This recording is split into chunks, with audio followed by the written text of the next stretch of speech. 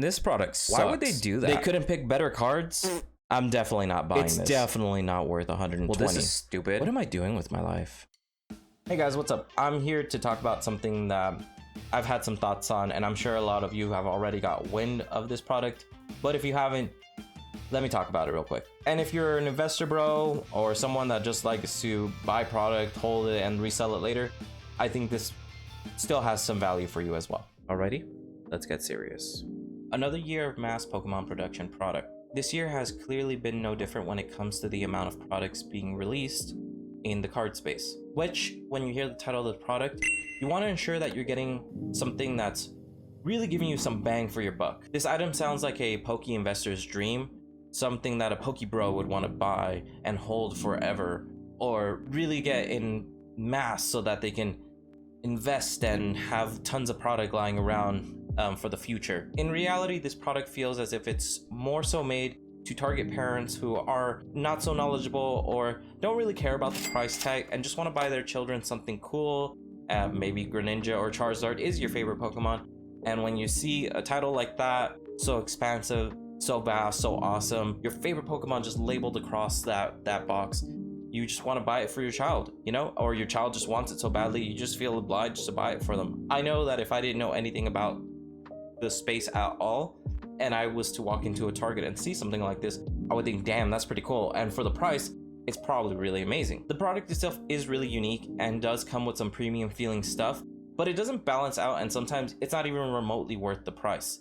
The deck box and the playmat, we can put those at $10 each, and the value of the packs varies depending on which set is included in the box. So if we look at the price of the packs, that's one variable, but if you look at it based on what you pull, that is a whole different variable in itself. Using the 151 Ultra Premium collection as an example here, the two promo cards and the metal card that came aren't worth much when you try to resell it for its value, but let's compare it to an older GameStop sibling that has the same Ultra Premium collection title while also being exclusively sold through GameStop. The same argument can be made here that I made a second ago. You're not getting much out of the premium cards that come with it. So if we look at the Greninja one, you're definitely not getting much. I think you might get a little bit more for the Arceus one just because at least it's still somewhat viably competitive. But there's still hope. I did mention that they announced 2 this year. Yet when you take a look at the other one that's also being released this year, it does kind of make you want to scratch your head a bit. The Terapagose Ultra Premium collection at least could be offering cards from the newest set, so it does have that, whereas in the Greninja Ultra Premium collection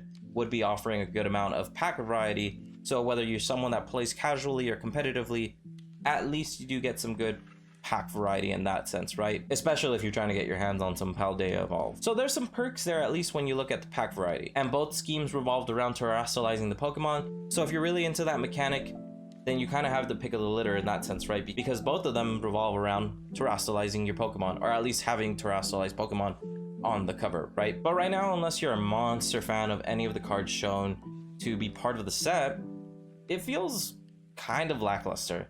It feels incredibly lackluster, actually. I also talked about the Japanese version of Stellar Miracle, and I didn't really give it the best reviews, right? And my views don't really change that much further into the English variation. I still feel remotely the same. I think the set is okay. It has some cool stuff, but I'm not really trying to go heavy onto a set like that, right?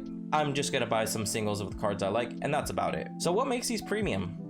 At this rate, not much. But maybe what you're supposed to do is not open these up. You're supposed to sit on them for 2 years, 5 years, 10 years, and let them grow. I know that's not a lot of time when we say 2 years, but at least we can look at the Charizard Ultra Premium collection that did come out on October 28th, 2022 for about $120, which if we're tracking the TCG player pricing, it's roughly around $150 right now. So if you have a lot of these, they have grown in value, and if you have plenty of space to store them, because the UPCs are so big though, if you have a lot of them, you also need a lot of space to store them. However, if we go back to the other exclusive Ultra Premium collection, we do see that this did struggle quite a bit and had quite the climb to recover from. And that's not to mention that we haven't even considered what challenges this might come with in the future. But if you've been watching anybody's videos recently, you know that I'm talking about the X-rays that allows you to scan your products for the stuff inside, which could hurt the value of your product even more. And scanning one of these maybe in the future, such as the 151 version, would probably warrant some good value because of the fact that, you know, it's full of 151 booster packs.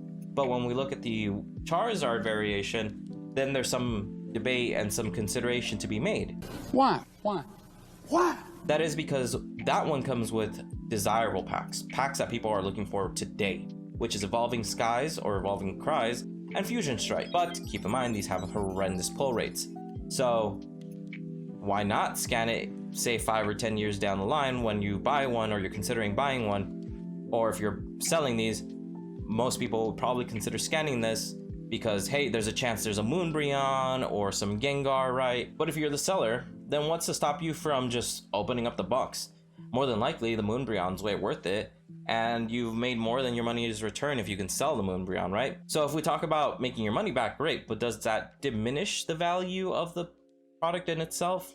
I guess that's a whole philosophical question to answer some other time, right? But at least right now, if I had to compare, it seems buying to hold seems like the decent idea, unless you have amazing pull rate luck, which you're never guaranteed. So again, I have to reiterate, when you look at these products, they're advertised as premium product, ultra premium products. Yet due to scalpers, Pokemon can't risk underprinting, right?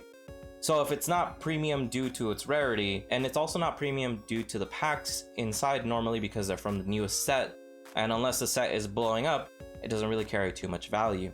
And it's definitely not premium based on the cards that are given because, again, they don't have much resale value. And I'm certain that a lot of people would agree with me that the last two have the worst promos offered so far. Now, looking at the mat or the other little accessories that come, they have a nice feel to it, but they're not usually all that premium. And I know Pokemon can't go crazy making super premium material or stuff, but it's not like they haven't done something premium feeling in the past, right? And when you look at these products, you want some resemblance of quality with your product. I remember thinking the classic set was super cool because at least that product had some premium feeling to it. Like I'd hope that one day my channel does, which is why you should subscribe and watch me on this adventure to see if maybe I can one day accomplish that. I'd like to think so. Let me know your feedback, guys. Now, the 151 Ultra Premium Collection feels as if it's the only true worthy of this title. Now, I'm gonna pause right there. I am gonna say, I know that there are some older ones, and I'm not really gonna talk about the older ones, because I'm not surprised the Celebration Ultra Premium Collection is killing it. I'm not surprised the Rayquaza one is doing good, right? It's to be expected. They were good products, and people loved the Celebration set. People still love the set. It was hard to get, and it was celebrating something. Why wouldn't people like that set? Back to the 151 Ultra Premium Collection.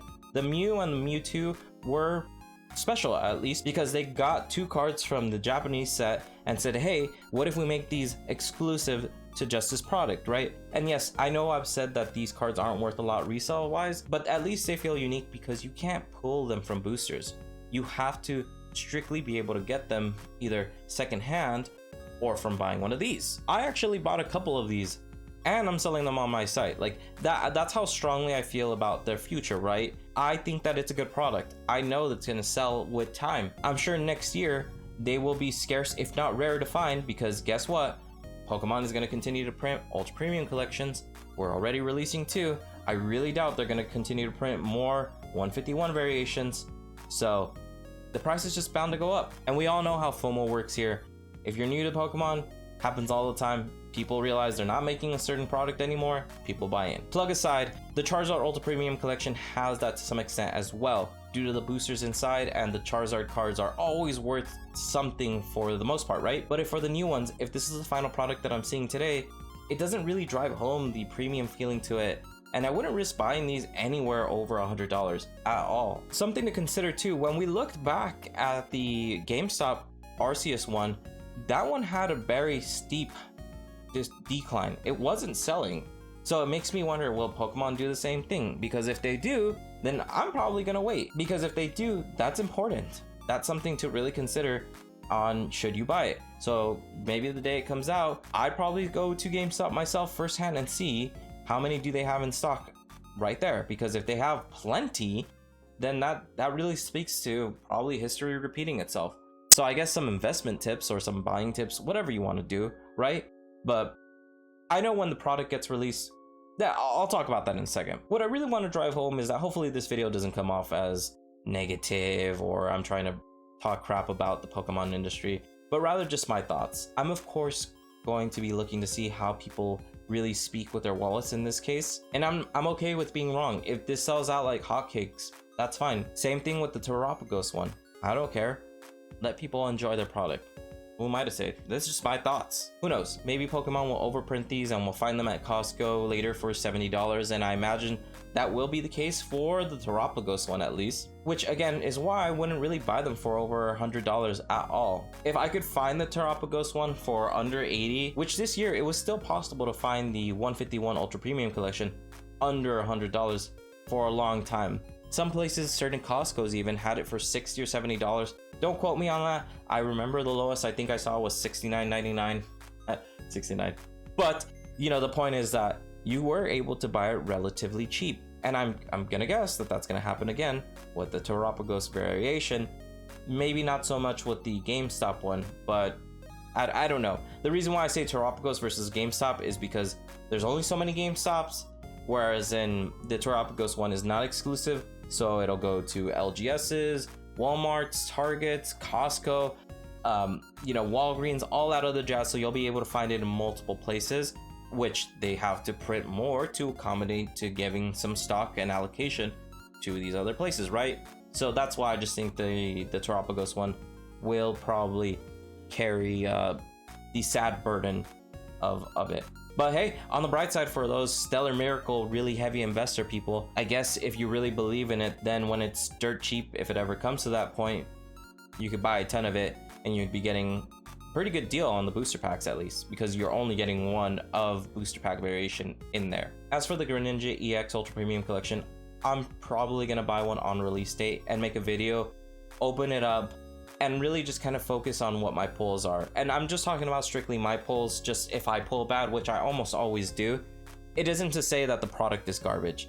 It's just really how much did you get out of value, or how much did I get out of value in that sense, right? But maybe it'll give people a real expectation, because they'll be able to look at my pulls and say, this guy freaking sucks at pulling.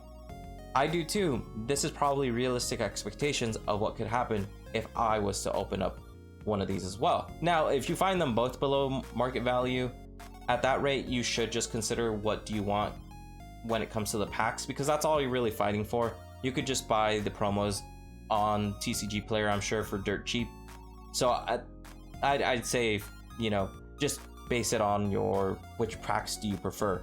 Which I would think the Greninja one is better, just because you get better pack variety and things of that fashion. But I mean, it's up to you guys. I don't know what Stellar Miracle will be like in the English format value-wise, but again, I don't expect too much from that. Just thinking about it real quick, yeah, I would probably go with Greninja one too, because if my kids were to say they wanted one each as well, and I found them both relatively cheap, I'd probably go with the Greninja one for both of them. But I'd also just give them the choice. I could see both of them wanting the Greninja one, but the Terapagose one does have a nice color scheme to it. Alrighty everybody, well, thanks for watching. Hopefully your pulls this upcoming holiday season are good. As always, let me know if you enjoyed the video, like, subscribe, leave a comment, and I'll see you laters.